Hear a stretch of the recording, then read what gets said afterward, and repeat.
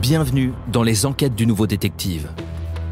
Le Nouveau Détective, premier magazine d'enquête sur les grands faits divers et Engel présente À 15 ans, il abat froidement toute sa famille. Une enquête d'Axel Vigneux.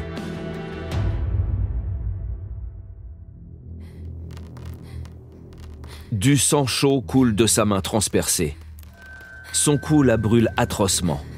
Mais Nelly, 11 ans, ne bouge pas. Les yeux clos, la fillette reste étendue au sol, bloquant sa respiration pour faire comme si elle était morte. Elle tente en vain de chasser les images qui tourbillonnent dans sa tête. Son père et son frère défigurés. Sa petite sœur Catherine abattue d'une balle en pleine tête. Derrière l'écho des coups de feu qui résonnent encore dans ses tempes, elle perçoit les pas du tueur à l'approche. Nelly récite intérieurement toutes les prières qu'elle connaît, résignée à accepter son destin. Dans tous les cas, qu'elle survive ou non, sa vie s'est terminée ce soir. Du moins, celle d'avant. Celle dans laquelle elle avait un papa, une maman, 3 grands frères et une sœur. Celle dans laquelle toute la famille vivait heureuse dans la grande maison du bord du lac.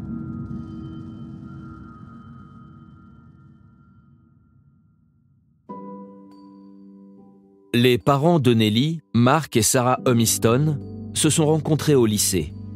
En 2002, le couple se marie et donne ensuite naissance à 5 beaux enfants. Ingénieur électricien et directeur associé chez Argis Engineers, Mark gagne bien sa vie. Assez pour s'offrir cette somptueuse maison à $2 millions bâtie sur les berges du lac Alice, près de Fall City, à la pointe nord-ouest des États-Unis. La maison, surnommée le manoir en raison de sa démesure, est située au bout d'une route étroite, au milieu d'une forêt de pins centenaires. À l'intérieur, une ambiance de chalet montagnard, 5 chambres avec salle de bain et surtout une vue à couper le souffle sur le lac. C'est dans cet environnement privilégié que les enfants grandissent. Scolarisés à domicile, Nelly et ses frères et sœurs quittent rarement le nid familial, sinon pour aller jouer au bord de l'eau quand le soleil se montre. Sans doute, les parents Humiston espèrent-ils couper ainsi leur progéniture des dangers du monde extérieur. Mais l'ennemi ne vient pas toujours de là où on l'attend. La nuit du 21 au 22 octobre dernier, Nelly est réveillée en sursaut par une série de détonations. La fillette jette un œil sur son réveil. Il est à peu près 4 heures du matin.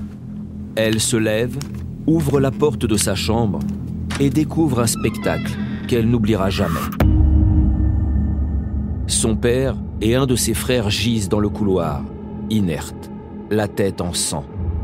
À cet instant précis, de l'autre côté du couloir, la petite Catherine ouvre elle aussi sa porte pour regarder ce qui se passe. La fillette de 7 ans en est quitte pour prendre la balle suivante en plein milieu du front. Elle s'effondre, tuée sur le coup. Le tueur s'avance. L'espace d'une seconde interminable, Nelly croise son regard. C'est maintenant sur elle qu'il braque son Glock. La fillette ne réfléchit pas. Elle s'élance et détale à toutes jambes. 3 détonations claquent encore dans le silence de la nuit. La première balle siffle à quelques centimètres de son oreille. La seconde traverse sa main droite. La troisième érafle son cou. La pauvre enfant s'écroule devant la chambre de ses parents. Et c'est là que son instinct de survie lui intime l'ordre de faire la morte. Avec le sang qui coule sur sa peau, peut-être le tueur y croira-t-il. Par miracle, le stratagème fonctionne. Il fait finalement demi-tour et monte à l'étage. La fillette en profite pour se relever et s'enfuir par la première fenêtre.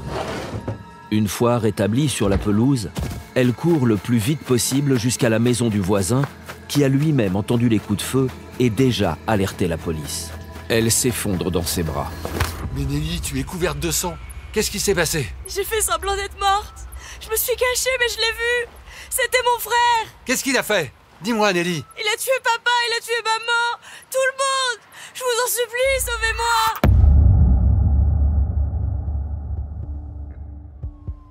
Il est 4h55 quand les premiers véhicules d'urgence arrivent sur place.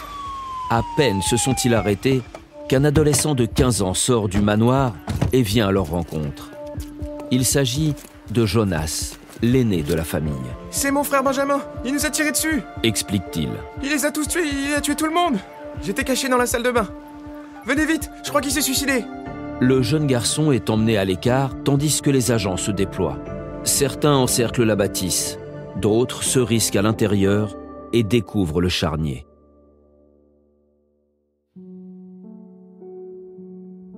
Cinq cadavres gisent dans les chambres et le couloir du rez-de-chaussée. Les victimes sont rapidement identifiées. Mark et Sarah Humiston. Leurs enfants, Catherine, 7 ans, Joshua, 9 ans et Benjamin, 13 ans.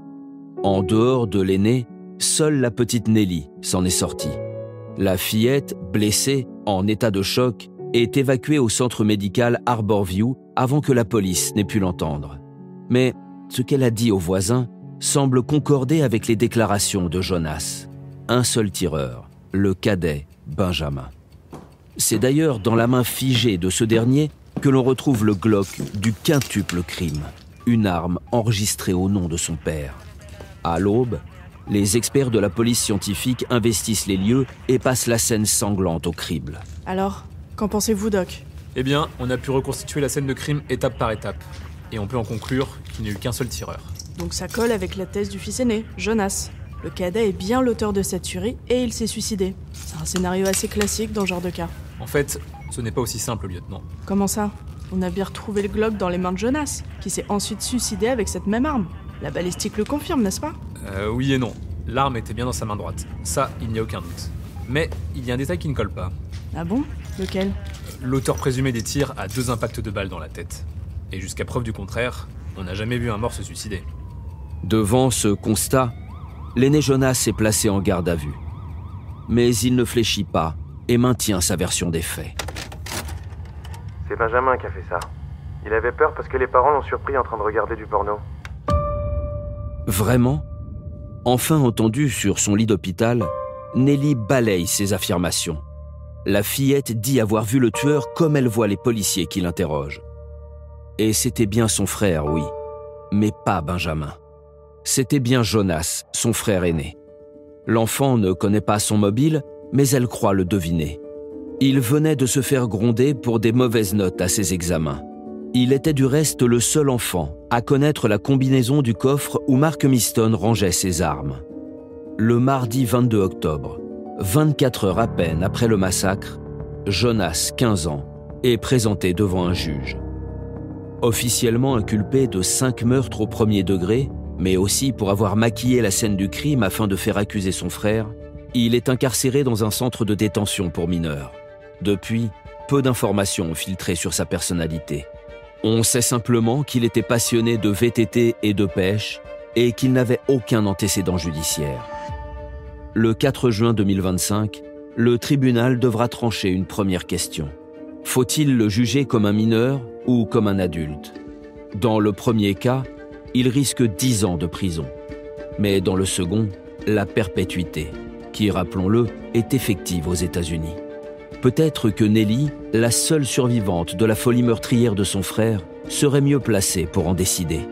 Mais, en fin de semaine dernière, sortie de l'hôpital, elle tentait de se remettre et de se dessiner un nouvel horizon. Le chemin sera probablement très long.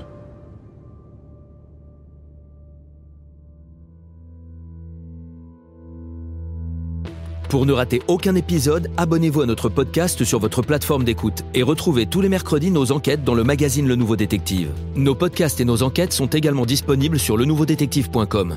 Si l'affaire n'a pas encore été jugée ou venait à passer en appel, nous rappelons que les protagonistes bénéficient toujours de la présomption d'innocence. Les noms et prénoms de certains personnages sont susceptibles d'avoir été modifiés.